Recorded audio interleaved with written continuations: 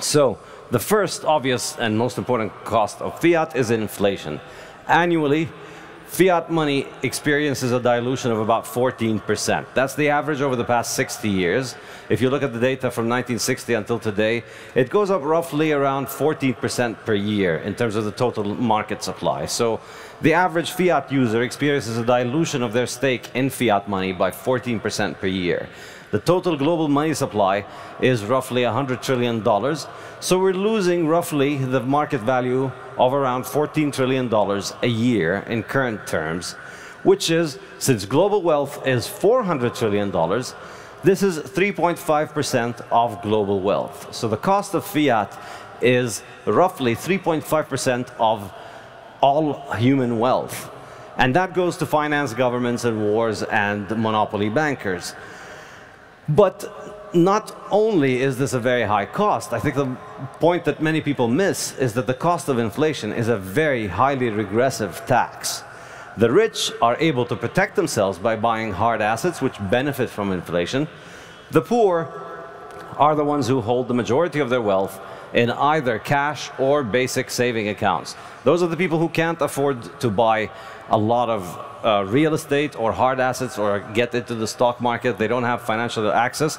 They're the ones who host most of their wealth in cash balances, and they're the ones who suffer the most from this. And now, unsurprisingly, all the people in the fiat world who are paid by fiat money and are constantly going on about inequality fail to mention how this exacerbates inequality all over the world. But of course, it doesn't just stop there. Now, you could say, well, this is a lot of money, but it goes to finance government, and government does good things, right? No, government doesn't really do good things with the money that it gets. Government is basically just central planning. Government distorts and destroys everything it touches. There's nothing that humanity can't provide voluntarily. Anything that requires a gun to be put to people's head in order for it to be provided likely isn't needed, or it would be provided much better if people didn't have guns in their heads. So the world would be better off if the people who benefit from fiat just took their money and bought gold with it and got rich from it. But unfortunately, the real cost is that they actually spend it, and they try and do good things with it, but the consequences are usually terrible. So the value of your money is declining, so your ability to buy essentials is declining, and government has the purchasing power that it takes from you, which it spends on convincing you that you should give up on the essentials that you need to live a decent life, and that is actually for the good of the earth and for your health. And so all of the ancestors' food that all of your ancestors have eaten all throughout history is now considered bad for you. You need to eat industrial waste, because that's the correct way that fiat finance scientists conclude. And similarly, we see the distortion in the energy market, where they're trying to force people to use pre-industrial technologies. We no longer have a Concorde, and we're being primed to think with fiat money. You know, fiat scientists are telling us that windmills, a 6th century technology, is what is going to be needed for the future. This is just inflation cover-up. This is inflation laundering. They're trying to make you live like a peasant and think that that's better because, you know, it saves the planet or saves the oceans from boiling or whatever. And it doesn't stop there. Economic distortions caused by fiat are extensive. The fact that our money is devaluing roughly by about 14% per year means it's very hard for people to save for their future. And if they can't save for their future, they start discounting the future more. The future becomes more uncertain. And so we see time preference rises. And this is a topic I discuss in both my books, The Bitcoin Standard and The Fiat Standard. The degree to which we discount the future declines or increases. Our discounting of the future declines. And the valuation we attach to the future declines, the less our money is able to save its value and hold on to its value into the future. We discount the future more, and so we see this reflected in all kinds of ways in which people behave, not just financially and economically, but in all kinds of ways. And similarly, the central planning of the money supply by governments creates business cycles. The entire business cycle is caused by the manipulation of interest rates.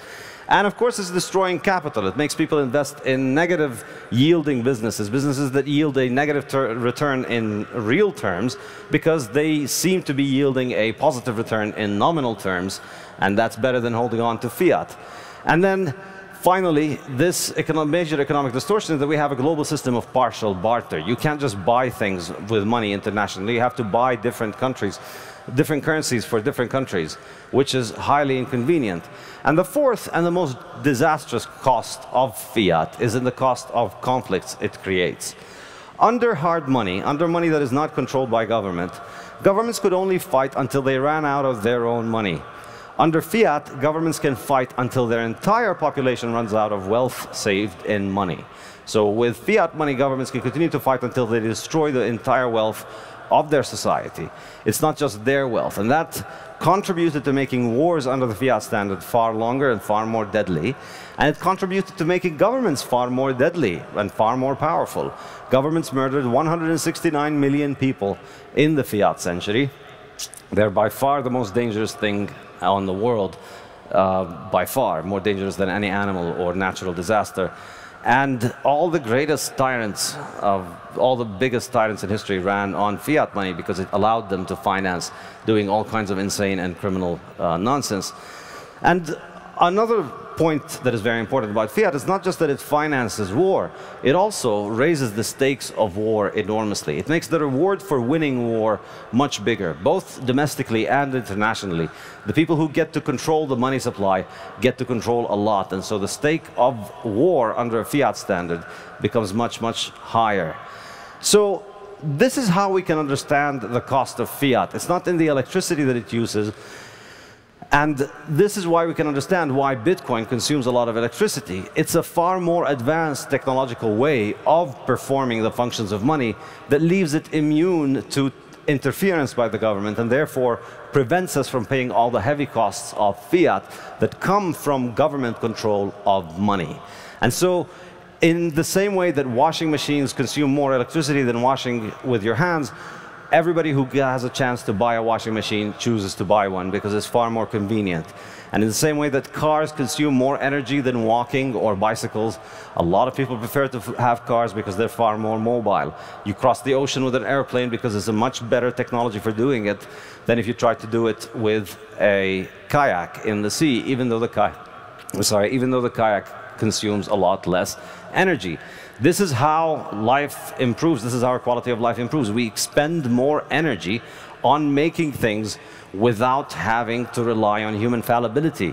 We increase the productivity of our machines, increasing our productivity, allowing us to perform these jobs much more reliably and with far less negative downsides and consequences. That's why we have computers, that's why we have pipes. And Bitcoin is just another machine like these machines. Yes, it consumes a lot more electricity because it saves on a lot of other very, very, very high costs. Read the fiat standard and don't sell your Bitcoin. Those are my two takeaways from Saifedean Ammous, author of the Bitcoin and Fiat Standard. We are here on the Marathon Desk, hosted by Bitcoin Magazine, live at the Bitcoin Conference in Miami. I'm Natalie Brunell. This is Dave Portnoy, Ben Askren, Alex McShane. What an amazing speech. I mentioned earlier, this guy got me into Bitcoin, converted me to Bitcoin. Now I have a career in Bitcoin. Dave, what did you think of his talk? It was interesting. I mean, all the Bitcoin is very pro-Bitcoin, and I'll have to read the book. I haven't read the book. You haven't read Bitcoin or Fiat? I will say it's the first time you guys clapped after a presentation. Yeah. Well, I will say someone tried to come up and shitcoin Dave, and he didn't allow it. So he's becoming more of a Bitcoin maxi. Not only did he try to shitcoin me, it was a shitcoin that has cost me 40 grand. That's so right. It wasn't just any shitcoin; it was my shitcoin. He's not lying. I saw his account. It's gone down heavily from a certain altcoin I won't mention. What's 40 grand to 2 grand? As Saifedean would say, those are high time preference investments, right? He told us, he told us with the Bitcoin standard, we got to get away from these. Taught us about low time preference money. In the fiat standard, he's introducing low time preference lifestyles, right? Yeah. Got to get your health right. Got to get your facts right. Got to invest time in yourself. I think the most important thing that he said, and Natalie, you said it was Jason Lowry, but the actual cost of war. Kinetic war. Kinetic war. Where they could just print money. They could do as much war as they want. Yeah. Not like hundreds of years ago when they had to print bonds to fund wars, and then people were like, wait, what's this shit I'm paying for? I don't want to go to Afghanistan or wherever. Yeah. You know, like, let's not pay for it. How about that? He dropped some scary statistics on us, right? Like 169 million people killed under fiat, all of these these leaders like Hitler that were empowered by fiat and corruption. And then he pointed out also 14% inflation. It's not the CPI like they tell us, right? Yeah, and I think CPI is a lie. I think CPI is a lie. I think the takeaway there is also just these fiat governments have been so pervasive that none of us even knew growing up that we had an option, right? Fiat means by decree. This money has been forced upon us. You see what it does. And in response, we're taking Bitcoin and we're going to have a user-activated soft fork of the legacy financial system. Yeah, and that's what I like. You know, he points out the fact that we're coerced into fiat, whereas Bitcoin, we can like opt out onto this life raft pretty much, because you're right. Most people save in cash. My family, immigrant background, like they fled communism. They only ever saved in cash, and they have suffered because of it. They lost everything in the financial crash because they didn't know how to, you know, outgame the system, and the system's so broken. And he points out how, you know, Bitcoin through sound, hard money can hopefully fix that. But how many of you knew what hard, sound money was before you learned about Bitcoin? not me. Yeah, well, that's why that stat. It's like Bitcoin's only been around for so long. So every war was financed on, you know, fiat. Yeah, and you were mentioning, I mean, as your business grew, right, you had to figure out places to put your money so that you could see the value in the future, right? 100%. You want to be safe. I mean, I have Bitcoin. I have normal money. I have real estate. So at this point, I mean, I don't know. You guys may be all Bitcoin. I wouldn't recommend that either. I mean, what are you guys looking forward to the rest of the conference? I know this is your first. This is probably what? How many for you guys? This is my first also. I wanted from last year. I didn't make it. I want Jack Mallers. Jack Mallers better announce something freaking good. We're looking at you for Apple. Shout out Parabolic Guy, too scared to come, I heard. Parabolic Guy was too scared to show up. Yeah, sad. Jack may or may not have previewed a little bit of his big announcement on my podcast, and it's awesome. He, by the way, what is it, Natalie? Give us the juice. I can't say. You're going to have to tune in. You're going to have to watch the Marathon Desk. By the way, subscribe to this channel, like this video so other people see it. Join us in Miami next year. Why are you sitting at home? There's like a huge crowd behind these cameras. It's amazing. And yeah, thanks so much for watching, by the way. I've been joined by Dave Portnoy, Ben Askren, Alex McShane. So many Bitcoin topics, so many cool people, way cooler than me. And we'll be back.